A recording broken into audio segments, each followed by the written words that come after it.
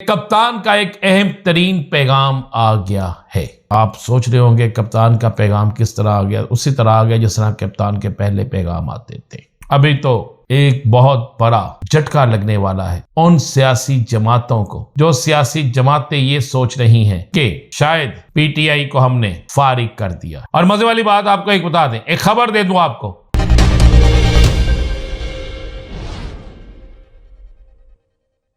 बिस्मिल्लाहिर्रहमानिर्रहीम, अस्सलातु वस्सलामु अलैका या सय्यदी या रसूल अल्लाह, अस्सलातु वस्सलामु अलैका या सय्यदी या हबीब अल्लाह। तमाम सुनने वालों को मेरा अस्सलाम वालेकुम। मैं हूं राना अजीम और आप देख रहे हैं राना अजीम ऑफिशियल यूट्यूब चैनल और फेसबुक पेज। खुशियां मनाई जा रही हैं, जश्न मनाए जा रहे हैं कई चौकों चौराहों पर। मुस्लिम लीग नून के आज कारकुन नजर आना शुरू हो गए हैं। मौलाना फजलुर रहमान के कारकुन नजर आना शुरू हो गए हैं। एएनपी बाप पार्टी एमकेएम के कारकुन नजर आना शुरू हो गए हैं। लेकिन ये खुशियां, ये मामलात कोई लंबे चौड़े नहीं चलेंगे। ये खुशियां और ये मामलात सिर्फ कुछ लम्हात के लिए होंगे, ये सिर्फ कुछ वक्त के लिए होंगे, इसलिए कि कप्तान का एक अहम तरीन पैगाम आ गया है। आप सोच रहे होंगे कप्तान का पैगाम किस तरह आ गया। उसी तरह आ गया जिस तरह कप्तान के पहले पैगाम आते थे। कप्तान ने अपनी कोर टीम को यह कहा है कि अपने तमाम कारकुनों को यह पैगाम दे दें कि उन्होंने घबराना नहीं, फिक्र नहीं करनी। हर हल्के से पीटीआई के उम्मीदवार इलेक्शन लड़ेंगे।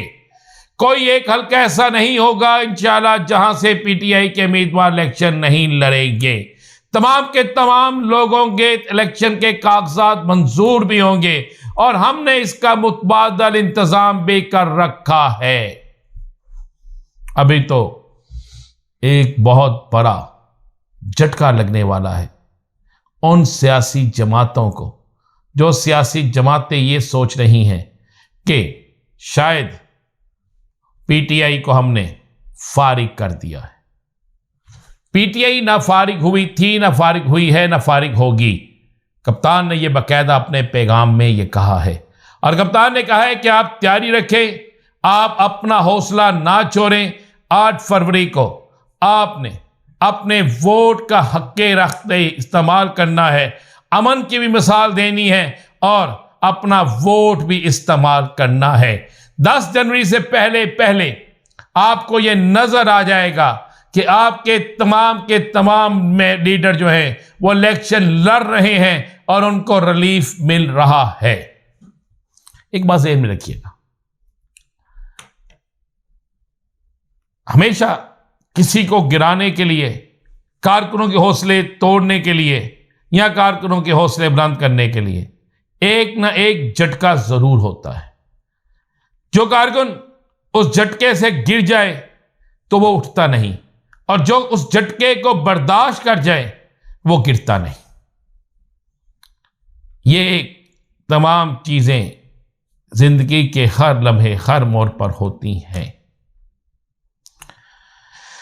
लिस्ट लंबी चौड़ी लिस्ट मौजूद है जिनके कागजात मुस्तरद हुए। बड़ी मजे वाली बात यह है कि खाली तहरीक इंसाफ के नहीं बल्कि जो नून लीग का मुखालिफ है, मौलाना साहब का मुखालिफ है, पीडीएम में शामिल जमातों का मुखालिफ, उन सब के कागजात मुस्तरद हुए। सिर्फ चंद एक जगह ऐसी हैं जहां पर मतलब शेहूपुरा में बहुत से लोगों, ब्रिगेडियर राहत अमानुल्लाह के अलावा और एक दो और नामों के अलावा बाकी सबके कागजात मंजूर हो गए। और भी बहुत सी जगहों पे ऐसे इतलात आ रही हैं।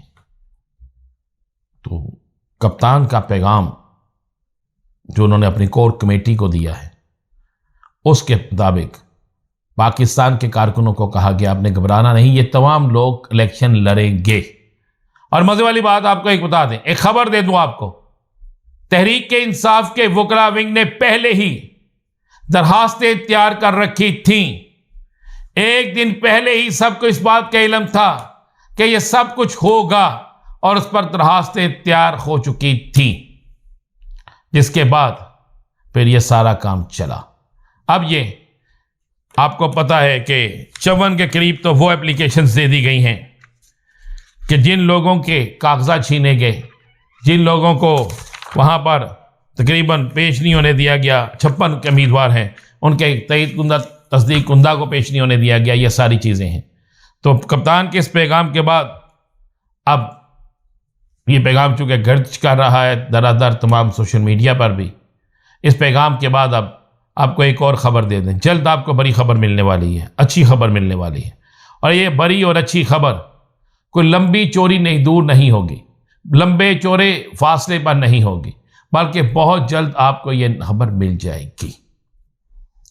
सिर्फ ये देखना है कि इतनी लंबी दरखास्तें होंगी, इतने लोगों के कागजात नामजदगी मुस्तरद होने पर इतनी ज़्यादा दरखास्तें होंगी, क्या उन दरखास्तों को कितना टाइम लगेगा, कितने टाइम तक सुना जाएगा, एक दिन में कितनी दरखास्तें सुनी जाएंगी, उसके लिए क्या शेड्यूल में कोई तब्दीली तो नहीं हो सकती, क्या शेड्यूल में मज़ीद वक्त बढ़ाया तो नहीं जा सकता। ये सारी चीज़ें आने वाले दिनों में पता लगेंगी। लेकिन एक चीज़ क्लियर और साफ है, जो इतलात है, इतलात ये है कि सब इलेक्शन लड़ेंगे और जल्द, बहुत जल्द एक बड़ी खुशखबरी मिलने वाली है। अच्छा, पीटीआई के कुछ अहम तरीन अफराद जिनके कागजात मुस्तरद हुए, उनके मुताबिक उनका कहना है कि नून लीग और 4 दीगर सियासी जमातें, जिनमें से 2 पंजाब की जमातें हैं, 2 केपीके की जमातें हैं, इन जमातों ने बाकायदा उम्मीदवारों के नाम दिए, जिनमें एक बलोचिस्तान से भी तल्लक रखती है, साथ केपीके और बलोचिस्तान दोनों की जमात है, वो नाम दिए कि ये उम्मीदवार जो हैं, अगर इनके कागजात मुस्तरद होते हैं तो फिर हमारे लिए एक अच्छा मौका होगा, फिर हम इलेक्शन जीत सकते हैं। और अगर ये उम्मीदवार मुकाबले में होते हैं तो तमाम तर वसाइल के बावजूद भी हम इलेक्शन नहीं जीत सकेंगे।